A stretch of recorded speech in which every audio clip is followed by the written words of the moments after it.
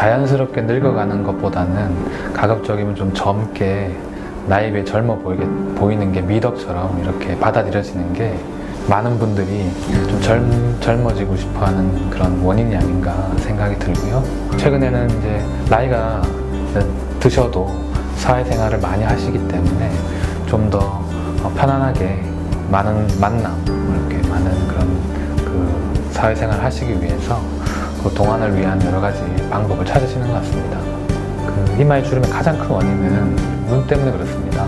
예. 사실 그 이마의 주름을 만드는 근육은 흔히 저희가 눈을 뜰 때 사용하는 근육이에요. 그래서 특히 눈썹을 움직이는 근육이죠. 그래서 눈이 나이가 들면서 눈이 자꾸 처지게 되면 상대적으로 눈을 뜨기 힘드니까 눈썹을 자꾸 올리게 되거든요. 그러다 보면 이마에 주름이 많이 생기게 되죠. 첫 번째 방법은 예를 들어서 눈이 많이 처지거나 눈을 뜨는 힘이 약해져 가지고 눈썹을 많이 사용하면서 이마에 근육이 생기는 경우는 저희가 눈에 대한 수술을 하면서 이제 이마를 조금 펴주면은 반영구적으로 이렇게 해결할 수가 있고요.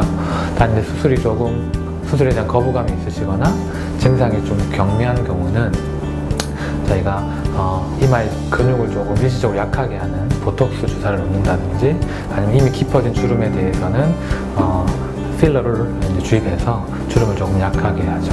눈썹이 나이가 들면서 많이 내려와 가지고 이렇게 무거워 보이고 심지어 이제 환하게 보이고 그런 경우에는 이제 눈썹을 수술로 올려주게 되면 훨씬 편하게 되겠죠. 또 게다가 눈썹이 이렇게 낮은 분들은 눈썹을 올리기 위해서 눈썹 근육을 항상 많이 사용해야 되거든요.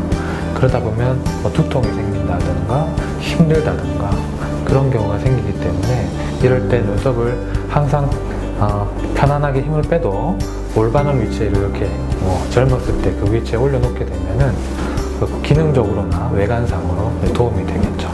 이게 아무래도 수술의 범위가 크다 보니까 회복 기간도 오래 걸리고 또 감각이 좀 떨어진다든지 탈모가 생긴다든지 이런 여러 가지 문제가 있었어요. 저희는 아주 가는 카메라를 이용해 가지고 머릿속에다가 두피에다가 아주 작은 구멍 몇 개만 이제 뚫고 그 예전에 하던 그 수술을 내시경으로 하게 되는 거죠.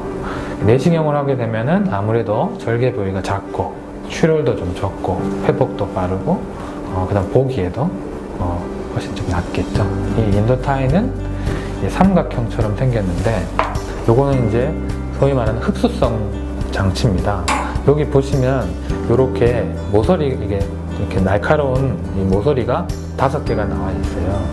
그래서 이제 요거를 가지고 두피를 딱 고정하기 때문에 한 자리에서 이렇게 고정하는 것에 비해서 여러 군데에서 넓게 잡아주니까 탈모가 생길 확률이 훨씬 떨어지고 게다가 잡아주는 부분이 넓기 때문에 그 고정력이 강한 거죠.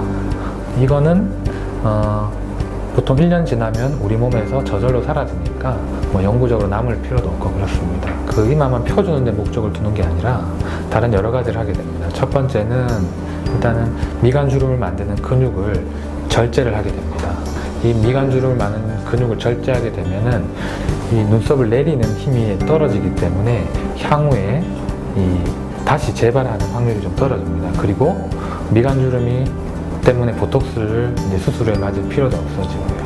그리고 두 번째는 이 피부하고 눈썹하고 달라붙어 있는 그 부분을 완전히 이제 분리시켜 줍니다. 그래서 눈썹의 위치를 젊었을 때 위치처럼 이렇게 교정시켜 주고요. 그 다음에 이마의 조직을 쫙 펴가지고 이마의 근육을 없애주게 되겠죠. 그렇게 해서 눈썹이 올라가면은 아무래도 바깥쪽에 있는 눈가주름이 펴지겠죠. 그리고 미간 근육을 제거하게 되면 미간 근육이 제거될 것이고, 그 다음 이마의 피부를 펴게 되면은 이마 주름이 없어질 것이고, 그렇게 해서 한 번 수술하면 3가지 효과를 저희가 얻을 수 있는 거죠. 예. 보톡스나 필러처럼 몇 개월에 한 번씩 이렇게 다시 돌아오는 건 아니고요.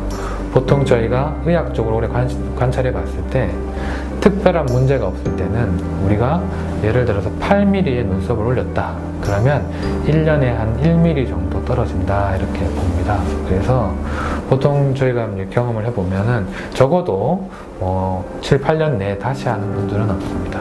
수술 전에 이렇게 탈모가 심하거나 이마가 넓으셨던 분들은 이제 실제로 느끼시기에는 별 차이가 없는 거죠. 원래 넓으셨기 때문에 별 차이가 없으시고, 그래서 이마가 좁았던 분들은 굉장히 만족하시는 거예요, 오히려. 그래서 사실 이 이마 거상술을 해서 이마가 넓어진 걸 많이 걱정하시는데 사실 그렇지는 않습니다. 그래서 이마가 넓어지는 정도가 그렇게 크지 않기 때문에 괜찮으시고, 탈모는 일시적으로 우리가 수술하고 나면은 두피의 그 혈액순환이 좀 떨어지면서 탈모가 생길 수도 있습니다.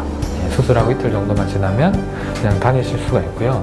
샴푸나 머리 감는 거는 3일째부터 가능하세요.